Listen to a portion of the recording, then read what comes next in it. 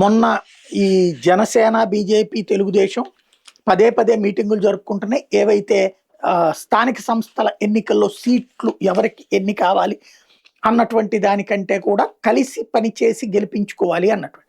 మొన్న లోకేష్ చెప్పినటువంటిది 80-15-5, 80% TDP, 15% Janasena, 5% BJP. ఇది సీట్ల లేకపోతే మున్సిపాలిటీలు, జిల్లా పరిషత్తులు, కార్పొరేషన్లు కూడా ఆ రేషియోలో ఇస్తారనేది మాత్రం తేలలేదు. బట్ ప్రస్తుతానికైతే సీట్ల వరకే అనుకునేటటువంటి రూట్లోనే ఉంది. ఇది జనసేనలో తీవ్ర ఆగ్రహానికి కారణమైంది. దీన్ని సమర్థిస్తూ నాదెళ్ల మనోహర్ ఇచ్చినటువంటి ఉపన్యాసం అందరికీ కాక రేపేసింది. ఆ పర్యవసానంగా లేదు లేదు మేము ఎక్కువ సీట్లు డిమాండ్ చేస్తామని చెప్పుకొచ్చారు. ఇటు బీజేపీ మీద ఒత్తిడి పెరుగుతోంది. ఆల్రెడీ మాధవ్తో పాటుగా మధుకర్ కలిసి అంతకుముందే వెళ్ళి అడగటం, మీరు మంచి అభ్యర్థులు చూసుకోండి అని చెప్పి చంద్రబాబు గారు చెప్పడం జరిగిపోయింది.